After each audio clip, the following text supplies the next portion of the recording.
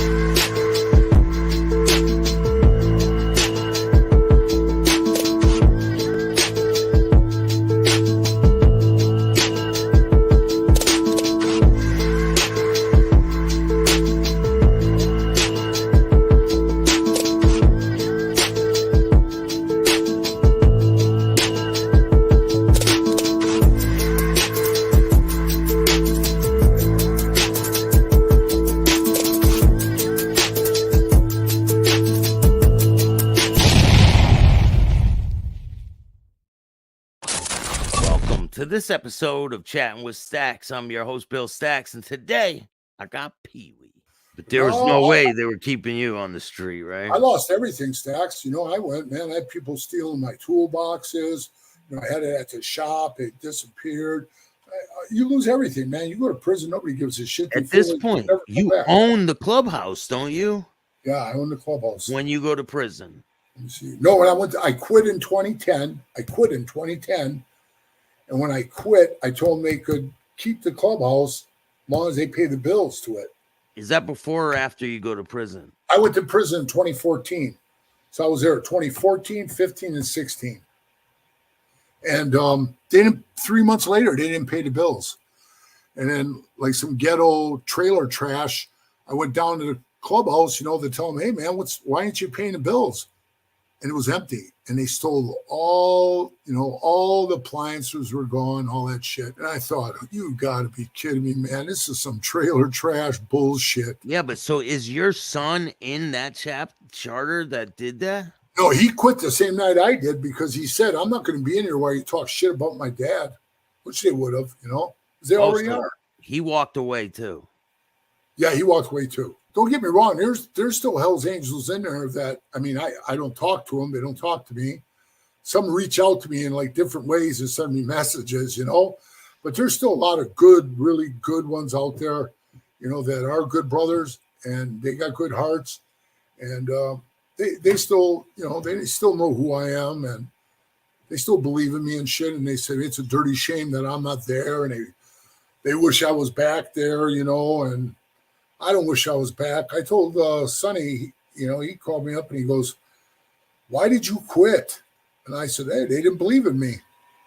If you don't believe in me, bro, why are you talking to me? You don't believe in me. Don't talk to me. So I stood up and I said, you know what? I quit. And that's why I quit.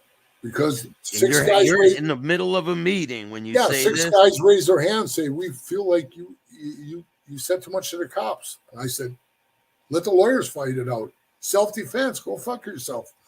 I said, yeah, okay. Every time we had an incident with the cops, PeeWee, man, cops are here, man. Can you deal with this? That's what they would ask me. I'd always deal with it. So all of a sudden now I'm a stupid ass. I don't know how to talk to them. See, it doesn't make sense. It's just an excuse. Yeah. You know, and then Sonny calls me up. Why didn't you talk to me before you quit? I was thinking, what for? What's the point? You know? And he goes, give me 6 months. I'll have you back. You ain't got a prospect. I'm going to get you back in the club. And I said, man, I didn't say anything right at first, you know. And I said, yeah, okay, boss. Or chief, I call him chief. And I said, okay, chief. But then after time went, I started thinking about it. And then I started hearing the rumors. PeeWee's a rat. PeeWee. And then they started telling everybody I ratted on him and shit. And then they said, we're putting them out in bad. Because that's what they wanted to do, to screw me out of my shop in Sturgis, which they did. And Sonny calls up and says, don't worry about that. I'll have all that. And I said, listen, they're already running their mouths. They're already talking shit. I don't want to come back. And he goes, for sure? You're done? I said, yeah, I'm done. I'm done. I don't want to come back. And I said, shit, I'll be fighting every time I go to a party. I'll be knocking fuckers out left and right, man, for running their mouths. Yeah. And he says to me, well, if you don't want to come back, then there's no reason you and me ever have to talk again. That's just what he said to me. And I said, well, if that's the way you want it, take care. He said, bye. That was it. I never talked to him again. Yeah. And that day so they raised their hand and they said that, and what, you just took the patch off and laid it right on the table, and I walked out, bro, and it broke my heart to walk out of there, but I had to, because I don't feel like, like you said, like, being in the street gang, you know what I'm talking about. You walking out there, man, if your heart was in it so much, and you know what I mean, and you believed in it as much as I did, it was breaking my heart to walk out of that room and leave. Because even myself, I was saying, man, did I just do the right thing by quitting? Did I? Yeah, I know I did. Because now I see them the way they are. Man, there's no way I'd be in that club. No way. All the shit that they're doing and the crazy shit they're doing to themselves, they're like killing their selves within the club. And it's ugly, bro. It's an ugly situation. So when did you decide to write your book? I started writing my book when I was a member, brother. I started writing my book. That's why I changed it 8 times, because me saying stuff like, well, me and the brothers, we went here when I was president, and why I told these guys do this. I had to change that all. I had to go back and change the whole book, to where now I'm out. To a past tense, right? To a past tense, yeah. Yeah. So I had to change it, and it was funny because I was at a drag strip, and an old Minnesota member, he came up to me and he said, hey, PeeWee, you still writing your book? And I said, yeah. And he goes, what are you going to call it? And I said, I don't know. I don't have a name for it yet. And now when I was in the club, I was going to call it Strength and Honor when I was in the club. But, I wasn't going to name it that, because now I know the real truth, the way they are. As fast as they turned on me and shit on me, they were never brothers. They were associates, you know what I mean? Like high school shitheads or something, So I said, why? What name you got, bro? And he says, Brotherhood, greatest lie ever told. I looked at him, I said, wow, that's an awesome name. I'm going to name it that. You don't mind? And he goes, no, I used it. You know what I mean? I just don't mention his name, but I said, yeah, an old member told me, name it that. And I said, that's a perfect name for it, because that's exactly what it was. Because as soon as you leave, and it doesn't matter, Staxx, if you leave good or bad. If you leave good, nobody's going to call you up and go, hey, Billy, why don't you come down and have a beer with us? What are you doing? Nothing. Come on down, bro. Hang out with us. You're never going to get that call. Never. So if you're waiting for it, your hair's going to turn gray before you ever hear one. So all the years I was in there, I've never seen anybody left good ever come back around or even anything. Yeah. So once you're out. Yeah. So good or bad, does it really matter? I mean, really, does it? No, it don't. You get treated the same way. Do you have any regrets with where your life's been and things you've done?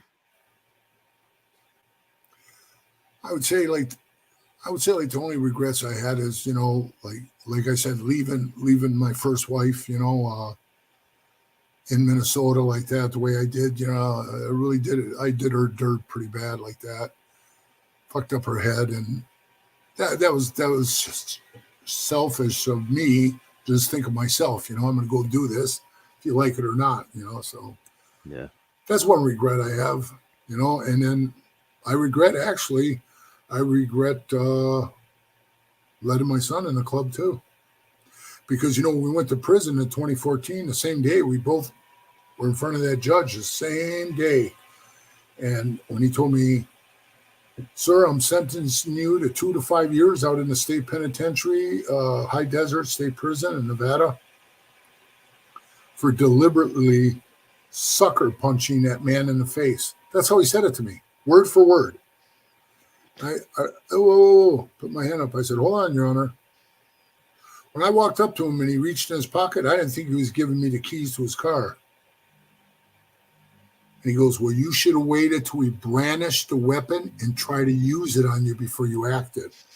I was thinking, fuck you. Tell that to your cops, man. They shoot people like that. Yeah. You Right? go reach in your pocket, they're gonna blast you. Right. You know it and I know it. 100%. And everybody says, why didn't you say that?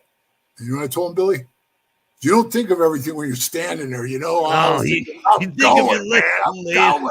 You think of it later. And you know what was cool about it? When they put the cuffs on me, they put shackles on me, on my hands. And they walked me in the back room, and the bailiff was an old black guy, and his name was, I remember seeing his name tag. It said Cliff. And he was a pretty cool old cop. I'm sure he's retired by now because he looked like he was in his late 50s, early 60s then.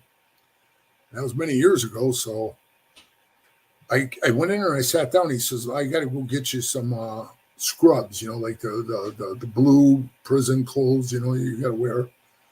And I said, okay. And he looks at me and he shook his head and he says, boy, kid. But it was good for me. I got to see the world, you know what I mean? And I got to meet some great people. And I still, to this day, you know, probably got, I'm not kidding you, probably, I'd say 150, maybe 175 ex-Hells Angels out of the club that all call me from all over the world, Austria, everything, and talk to me.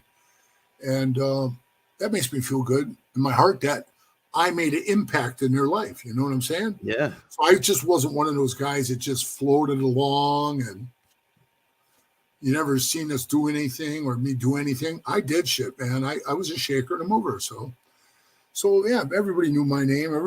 Everybody knew who I was. And now you got all these new kids coming in, you know, and sure they're talking their shit, you know. I still can rock them, sock them pretty good for 67 years old. I was always like in the cars, you know what I mean? I got a 31 Chevy Coupe and I got a 56 Chevy, you know, Bel Air and stuff like that. And I just, you know, I just sold a 39 Chevy I had. So I'm big into the car thing. And actually, I do believe this, Staxx. I believe that me staying busy with the cars keeps me alive and keeps me going. It gives me a purpose. You know what I mean? Yeah. I don't even own a motorcycle anymore. I sold it. I know So they are dangerous. They are dangerous, man. Especially now. I mean, they got me on all these blood thinners, bro. The doctor said if you crashed, you'd bleed out before the ambulance got there. Yeah, you don't. So I just, you know, I sold the bike for 10 grand. I bought a lawnmower for 12 grand. Big old I got 5 acres. I got 5 acres here. I got to cut. So you've been in how many bike accidents have you been in? 3, I think.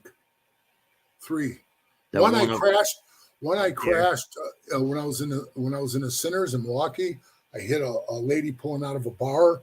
I hit the side of her door. I flew over the car, broke my kneecap, and the bike was totaled on that. And then another one is when I told you I got an accident in Minnesota when I crashed that bike. That was in 94. And then I also crashed in 94 on the Golden Gate Bridge. Yeah, my cases were leaking oil, and it pissed it all over my rear rotor, which I didn't know, right? Because I'm riding the bike. Yeah. And all of a sudden, there's 120 of us going across the Golden Gate Bridge. 120. That's a big pack. And I'm in the back because I'm a prospect. And all of a sudden, I see all the smoke coming off people's tires. They're all locking them up. So I go push the brake. No brake. I go right up the middle, you know, because I couldn't stop. So I put my feet down doing the old Fred Flintstone trying to stop myself, you know. You're like, yeah, you know what? So I'm trying to downshift it, you know, and the RPMs were up. I was only doing about 35, 40, but still, you know, yeah, it was too much to lay the bike down. And man, all of a sudden I hit a guy's foot peg. His arms fly up. He goes down. He's just a little tiny guy too, man. I fell right on top of him. My foot went in the spokes of the wheel. And my foot came around where it stopped it up against the swing arm. Yeah. I dragged the bike on top. He was on my foot, and I was on top of the guy. And we slid for 17 feet on the guardrail, looking down at the water. Wow. When we got up, he had a big chunk of meat missing out of his face right here. and on his elbow, right here on his elbow, he had a big gash in his elbow. Me, I had a broken ankle because my foot went in the spokes. So I was being my stupid ass self, you know what I mean? I didn't even know the guy. He was another prospect from Purdue. And I looked at him, and he looked at me, and I went, whew.